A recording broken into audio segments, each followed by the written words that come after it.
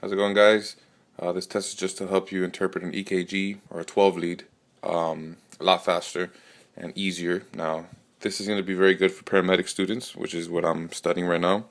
But as far as PhDs go and all that, I'm not sure how much this helps because there's a lot more rhythms you got to learn. But for instance, for this one, you're going to look up here. Well, first, you're going to look at the calibration, which is this right here. All right, it has to be 2 boxes up. So 1, 2, we're good. Next, you're going to look for a P wave. We have a P wave, so that means proper lead placement. As soon as you're done doing that, you're going to look for the rate and the rhythm. You should go to lead 2 for that. So rate looks like it's, let's see, look for one that lands on it. So, okay, not going to happen. So rate is about 100. Okay, about 100, 110, around there. Alright, as soon as you figure that out, you're gonna you're gonna try to figure out your rhythm. Now, to me, this looks like a sinus tack. I'm not gonna get into that though because that's more of a 4-lead rhythm interpretation. I'm just trying to help you with 12 leads. After that, right after that, next thing you're gonna do is go to lead 1, back to lead 1. When you're at lead 1, you're gonna look for if your QRS is wide. This QRS complex does look wide, so something's wrong with the ventricles. As soon as you notice it is wide, more than 3 boxes, the first thing you're going to do is go to lead V1. Now, if lead V1 has, you see those ventricles, how they're firing down? Okay, that means there's a left bundle branch block if they're going down. If they're going up, that's a right bundle branch block.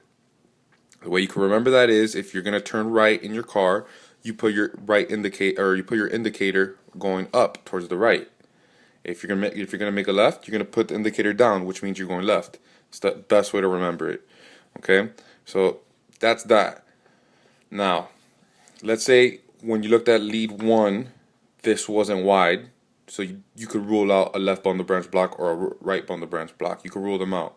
So what you're gonna do next is your next step will be, I'm gonna show you a different one since that one has a left bundle branch block, and you could just stop there. You don't even have to do anything else. So let's say from here I'm looking at lead 1. There is a very small QRS complex, and it's not wide, so I can rule out that bundle branch block. My next step is going to be to look for an ST elevation in leads 2, 3, and AVF right there. Okay. Now, as I see, there is ST elevation. Okay, look, P. Let me get a pen for this actually to point it out better. P right here. Q, R, S is above baseline, and T. So baseline is actually right there. So it's elevated. Alright? So if it's elevated in 2, 3, and AVF, and these are your inferior leads, as of right there, you could just know it's an inferior wall MI because your inferior leads are elevated. So ST elevation means myocardial infarction, or MI as we call it. Let's say that they weren't elevated.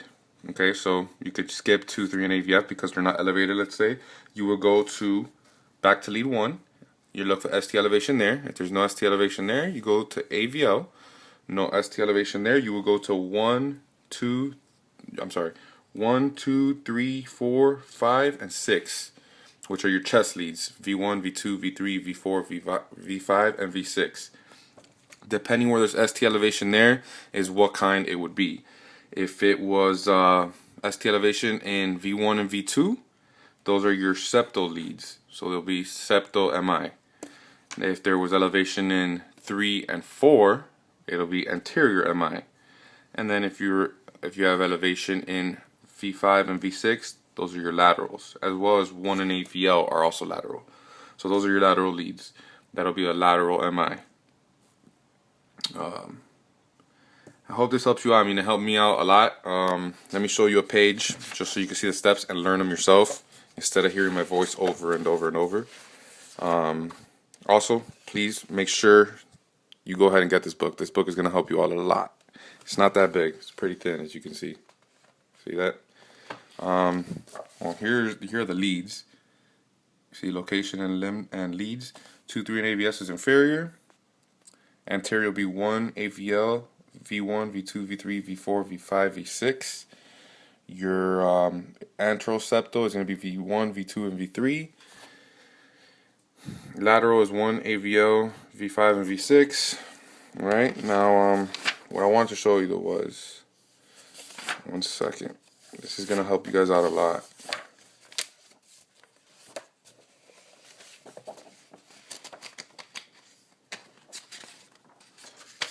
I'm going to put the camera down real quick just to make this faster.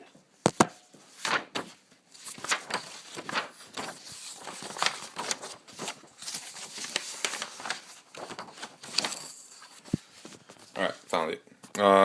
Just follow this exact steps right here. These are the systematic approach to ECG interpretation. Exactly how I told you guys. You're going to ensure calibration, ensure correct limb lead placement. How do you do that? By ensuring an upright P wave in lead 1. Then to determine the rate and the rhythm, I'd go to lead 2. Okay? Determine the QRS width. Okay? If it's greater than 0.12, go to lead V1, which is what I told you. So you can look for a right bundle branch block or a left bundle branch block. The sixth step will be look for ST elevations in lead 2, 3, and AVF. If you have that, what you should do is you'll take off V4 because it's going to be on the left side. You're going to take that limb lead or chest lead off and place it on the right side, right under the nipple line. And that's going to, either tell you if it's a right ventricular failure or a left ventricular failure. Once you do that, that's only if you have ST elevations in lead 2, 3, and AVF. If not, don't worry about it. Also look for ST elevations in leads 1, AVL, and V1 through V6, like I told you guys. This whole look for ST depression and T wave inversion, honestly, you can skip that as long as you're a paramedic student. I don't know if if you're starting to be a doctor, if that's important. So yeah, this is right here what I was telling you about. You see, there's elevation in 2, 3, and AVF.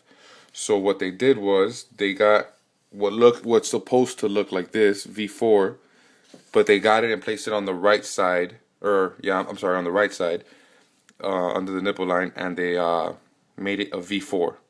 And what that does is it's going to show you if it is right ventricular infarction.